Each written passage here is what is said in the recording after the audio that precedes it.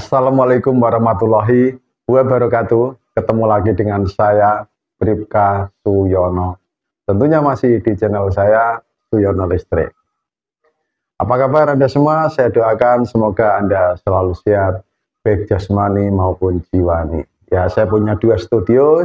Yang studio satu warnanya hijau, yang ini warnanya pink. Nah, itu. Nah, begini saudara-saudaraku ya. Bagi Anda yang saat ini masih alami sensasi dari anxiety disorder, santai saja.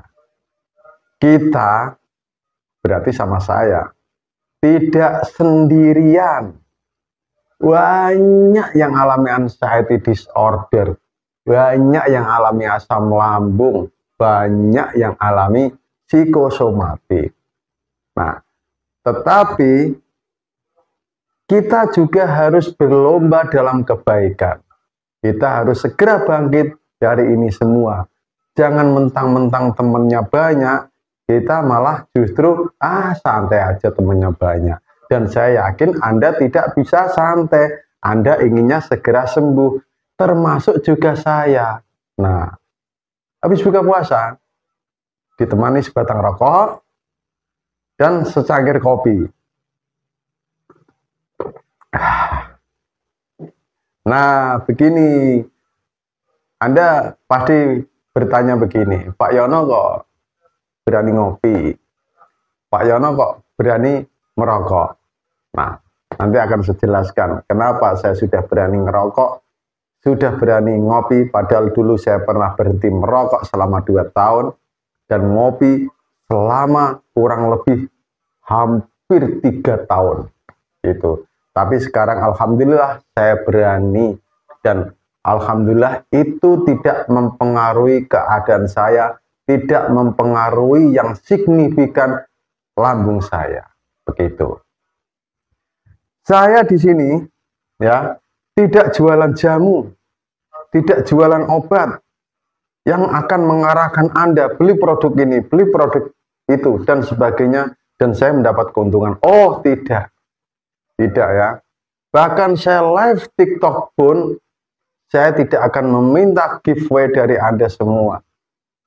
Begitu. Walaupun gaji seorang YouTuber itu sedikit nggak apa-apa, gaji seorang polisi itu sedikit nggak apa-apa, disyukuri. Begitu. Hidup itu kita buat simple saja, kita buat enak asal tidak seenaknya sendiri. Oke, setuju ya. Nah, begini rekan-rekan ya. Mungkin Anda masih bingung, saya ini alami anxiety disorder, atau alami asam lambung, atau alami psikosomatik. Nah, asam lambung itu murni yaitu karena gangguan kelebihan asam lambung. Jadi kelebihan. Dan ingat, MAH dan asam lambung itu suatu hal yang berbeda. Tapi MAH tidak menjadi pembahasan saya. Ini adalah gangguan asam lambung. Saya pernah baca, orang yang mengalami gangguan asam lambung itu ada beberapa faktor. Ya. Yang pertama itu bisa dari pikiran. Pikiran itu bisa menyebabkan asam lambung itu berlebihan. Kita yang terlalu stres, kita yang terlalu apalah, itu bisa menyebabkan gangguan asam lambung. Dan itu tidak berlaku semua orang. Kadang banyak orang yang selalu berpikir stres, juga nyatanya sehat-sehat saja. Nah, memang ini susah ditebak sakit ini. Nah, nanti kalau kita sudah tahu ini, kita tidak harus menyalahkan diri kita ya. Tidak harus menyalahkan diri kita. Nggak ada yang salah di sini. Tetapi kita lebih introspeksi diri. Gitu. Anxiety disorder itu istilahnya kan gangguan mental, di mana pikiran ini menyebabkan gejala di tubuh. Ya, sebenarnya sama sih, atau beda pun tipis dengan psikosomatik, itu menurut saya. Nah, kenapa pikiran itu bisa bergejala di badan? Ya, itu bisa dilogika dalam kehidupan kita sehari-hari. Misalnya kita takut, pasti dada kita berdebar-debar dengan kencang, napas pendek, dan sebagainya. Ingat ya, kalau menurut saya antara jantung, paru-paru itu suatu kesatuan. Dimana kalau kita itu napas kita pendek, gitu. Nah, terus dari mana sih asalnya kita kena anxiety disorder? Padahal saya ini nggak derita asam lambung loh Pak. Saya yakin ada yang bertanya begitu. Saya kena anxiety disorder, ya, diawali dulu dengan kena asam lambung, gangguan asam lambung. Gangguan asam lambung ini kronis, bertahun-tahun dikasih obat ini nggak sembuh, sampai sembuh, akhirnya menjadi suatu kecemasan dan menimbulkan gejala-gejala yang lain yang harusnya tadi hanya di lambung saja menjadi gangguan-gangguan di lain, di kepala, di tangan, pegel-pegel dan sebagainya, di organ-organ semua itu. Nah, ingat ya, saya bukan dokter, saya bukan psikiater, dan saya bukan seorang ahli hipnoterapi atau saya bukan seorang psikolog. Tetapi dari diri saya bisa menganalisa dan membuat logika-logika tentang sakit saya, yaitu apa? Anxiety disorder. Gitu. Nah, tetapi setelah asam lambung saya itu sembuh, saya nyatakan sembuh karena nggak ada sensasi di lambung. Tapi gejala yang lain masih ada, keliengan, sempoyongan, dan sebagainya. Akhirnya ketakutan itu bertambah. Nah, berarti kalau saat ini kita sudah alami anxiety disorder, sensasi kita takut itu ya, kita takut, kita cemas itu karena adanya sebuah sensasi yang ada di badan. Padahal dulu itu penyebabnya adalah dari pikiran kita, dari sifat kita. Kalau Anda memang misalnya nggak setuju Pak kalau dari sifat, nah begini ya, kebanyakan penderita anxiety disorder dari survei-survei saya ya, atau dari diri saya sendiri, itu adalah orangnya yang pertama itu biasanya temperamental ya, emosian, marah, apa-apa marah, terus ingin tampil sempurna, baperan, apa-apa dipikir, pemikir berat, dan sebagainya, masih banyak lagi. Nah, terus salahkah kita mempunyai sifat ini? Ya tidak. Ya, sifat itu bawaan. Ya, sudah bawaan. Cuma kita belum bisa mengelola sifat itu. Ya, akhirnya menjadi sebuah penyakit. Karena penyakit itu kebanyakan berasal dari pikiran. Ya, misalkan Anda boleh flashback ke belakang. Apakah Anda seorang yang dulu seorang yang sering was-was? Misalkan mau pergi kemana, Anda berpikir begini, wah jangan-jangan nanti saya akan kecelakaan.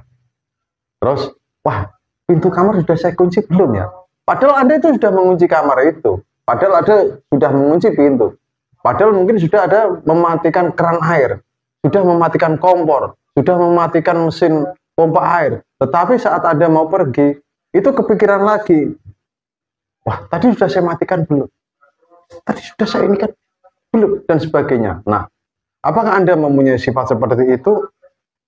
Terus yang kedua misalkan begini, ada permasalahan sedikit, ya, entah itu permasalahan keluarga, permasalahan dengan teman, atau permasalahan dengan saudara-saudara Anda. Anda pikir terus itu. Padahal permasalahan itu sebenarnya kecil. Tapi ada pikir seakan-akan itu permasalahan itu takut nantinya membesar. Gitu. Maaf sambil ngerokok. Punya nggak sifat seperti itu? Hah?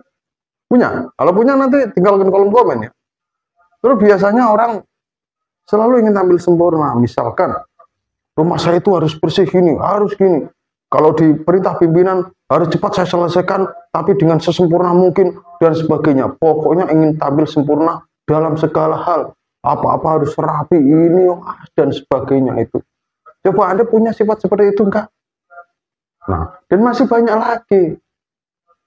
Sering tersinggung, mudah tersinggung, bukan sering. Mudah tersinggung dan sebagainya. Nah, dan sifat-sifat itu dulu ada di saya. Dan saya belum bisa mengelola sifat itu. Karena kita punya sifat ini, itu nggak salah. Nggak salah. Salahnya di mana? Ayo. Cuma kita belum bisa mengelola, belum bisa mengendalikan sifat itu. Itu, ya. Kalau saya ibaratkan, misalkan begini, arus listrik, ya, orang pegang listrik itu pasti tersengat. Tetapi ini bisa dikendalikan, bisa dikelola dengan sebuah ilmu. Kalau kita hanya pegang satu kabel yang ada strumnya dan kita pakai alas kaki, saya yakin nggak mungkin kita tersengat listrik. Itu saya yakin. Kok Bapak tahu? Channel saya aja namanya Suyono Listrik. Kok geding aku? Ya tahu lah. Dan saya seorang penerapi listrik dulu. Ya, itu. Nah, sekarang Anda boleh introspeksi diri, tapi jangan menyalahkan diri Anda sendiri. Nggak ada gunanya menyalahkan, sudah terjadi, ya, sudah berlalu. Memang penyesalan itu ada di belakang. Kalau di awal namanya pendaftaran, ya atau tidak? Oke. Terus bagaimana, Pak? Kok saya berobat ini, berobat itu, kok nggak sembuh-sembuh, Pak? Nah, ini saya itu dulu ya sudah berobat ini, berobat ke sana, ke sini, ke situ, ke dukun, ke spiritualis, ke tukang santet. Bukan tukang santet sih, katanya saya disantet. Berarti kan dia tahu kalau saya disantet, berarti kan dia bisa nyantet juga gitu. Ke dokter, sampai ke dokter, nggak sembuh-sembuh. Nggak sembuh-sembuh. Nah, itu semua kalau ada berobat ke dokter nggak sembuh-sembuh, dikasih obat ini nggak sembuh, dikasih ini nggak sembuh, nggak sembuh, nggak sembuh. Padahal ini bukan sakit fisik, ya, bukan sakit fisik, cuma dampaknya ke fisik hanya ada gejala, tidak kelihatan. Kalau dicek secara dengan alat medis nggak bakal kedeteksi. Begitu. Nah, berarti yang salah itu nggak dokternya, obatnya juga nggak salah. Dokter dengan sebuah ilmu pengetahuannya mengasih obat ini, obat ini, obat ini, dan tidak ngawur. Nah, tapi kenapa kita nggak sembuh-sembuh, Pak? Nah, ya, ini dari saya dulu pengalaman saya. Kok nggak sembuh-sembuh saya? Kenapa? Kenapa? Dokternya gimana, Cok? Saya udah bayar banyak-banyak kok, masih begini. Atau kadang saya pakai BPJS, kok nggak sembuh-sembuh? Apa karena saya obatnya obat BPJS? Nah, pasti ada pernah begitu. Itu enggak itu. Kita berobat, minum obat hanya kita minum saja. Ya. Kalau misalkan untuk menyembuhkan luka di badan, obat itu kita minum saja, udah kita minum sajalah. Terus obat merah itu kita teteskan aja, ini udah kita teteskan aja, sembuh. Tapi lain dengan sakit mental, gangguan mental. Kalau kita hanya minum obat, udah minum obat, tapi kita tidak menjaga yang namanya, tidak bisa mengelola pola pikir kita, tidak segera berbenah dengan kita yang seperti dulu itu gimana, ya itu susah, ya. Ini saya loh, bukan Anda, ini saya, ya susah, begitu. Nah, itu penyebabnya, karena ini bukan hanya sakit fisik, ya enggak sakit fisik sih sebenarnya, hanya berdampak, gitu. Karena terjadi sebuah, di pikiran kita terjadi sebuah ilusi, akhirnya terjadi disfungsi organ dan hormon, termasuk disfungsi ereksi. Ya atau tidak? Bagi yang laki-laki, burung Anda kan susah berdiri. Kita belak-belakan saja, Mas, Pak, ya kita belak-belakan aja. Ya, susah berdiri. Berdiri pun lembek, nggak bisa keras. Nggak tahu kalau perempuan, ya. Kalau perempuan nggak punya burung. Begitu. Jadi kita minum obat harus juga bisa mengelola pikiran ini, jangan mengandalkan obat saja. Nanti akan beranjak saya saat saya ke psikiater. Ini sebelum saya ke psikiater ya, gitu. Sebelum saya sembuh karena ke psikiater, gitu. Dulu saya sembuh alami. Nah, caranya gimana, Pak? Nah, saya kan shopping dokter ini nggak sembuh-sembuh. Akhirnya putus asa. Udah saya nggak berobat. Saya dulu mendengarkan motivasi juga di YouTube, ya, terutama Dokter Andri, psikosomatik, Mas Arya Surya. Terus ada sesekali saya nonton videonya Mas Erik ya, Erik kalau nggak salah, itu Nah, dari situ saya pelajari. Oh, begini toh. Oh, begini, begini, begini. Berarti ini karena pikiran, betul, karena pikiran yang menyebabkan gejala. Dan itu masuk akal, masuk logika, bisa dilogika. Gitu. Akhirnya saya bisa melogika, bisa menyimpulkan, bisa menganalisa dan sebagainya. Oh, di sini dibutuhkan pikiran kita harus selalu mendengarkan kita harus selalu mendengarkan hal-hal yang menenangkan, mendengarkan sebuah motivasi. Kita harus sering relaksasi, apalagi sering meditasi, ya, dan sebagainya. Kalau zikir, Pak, iya zikir. Tapi begini, saat ada zikir, ini yang muslim ya, saat Anda sholat, ya saya tahu, saya yakin nggak khusyuk sholatnya. Kalau masih parah alami anxiety disorder, apalagi zikir ya, pikiran kemana-mana, mulut mengucapkan tapi pikirnya kemana-mana, karena masih ada sensasi di badan, otomatis nggak bisa khusyuk. Nah, ini yang harus Anda lakukan adalah ya sering mendengarkan, sering melihat. Melihat apa, Pak? Melihat hal-hal yang menyenangkan, menenangkan, membuat Anda semangat. Yang menenangkan misalnya Anda melihat yaitu video yang menampilkan pemandangan yang indah di sebuah pegunungan, ya, melihat wanita-wanita enggak itu. Melihat pemandangan-pemandangan yang indah. Oh, kapan saya bisa ke sana ya? Indah sekali pemandangan itu. Nah, atau melihat apa sajalah yang membuat Anda senang. Misalkan, oh saya ingin melihat TikToknya Pak Yono yang lucu-lucu deh. Nah, otomatis kalau Anda nggak bisa ketawa, tetapi dalam hati Anda ketawa. Atau bahkan bisa senyum-senyum sendiri. Ya, asalkan senyum-senyum Anda sendiri itu tidak di muka umum. Nanti dikiranya, itu. Terus mendengarkan yang menenangkan itu apa sih, Pak?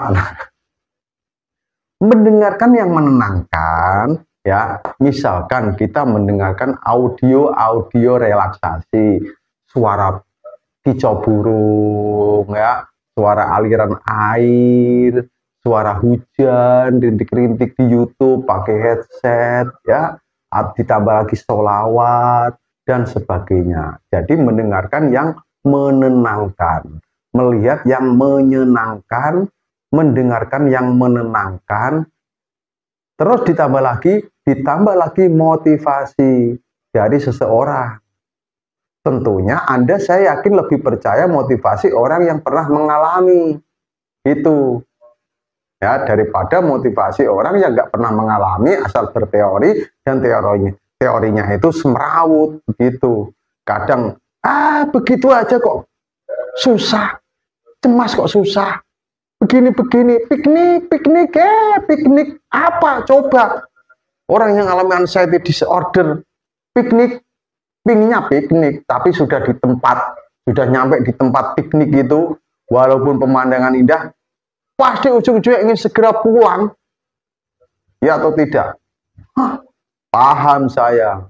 Jadi dimulai dari penglihatan kita, ya, pendengaran kita, itu aja dulu. Karena apa? Makanan jiwa kita itu apa sih? Makanan jiwa kita itu apa yang kita lihat, apa yang kita dengar.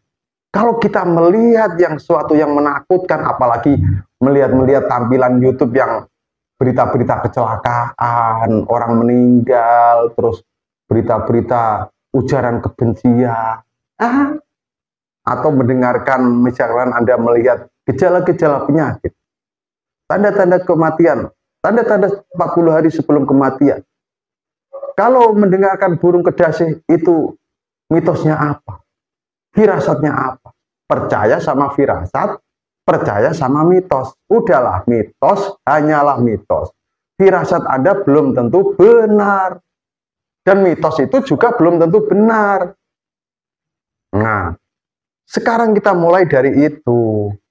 Ya, saya memang masih recovery, tetapi Anda lihat sendiri di YouTube saya, ya, di YouTube saya, di TikTok saya, gimana saya itu biar tidak apa namanya, larut dalam keadaan ini, gitu.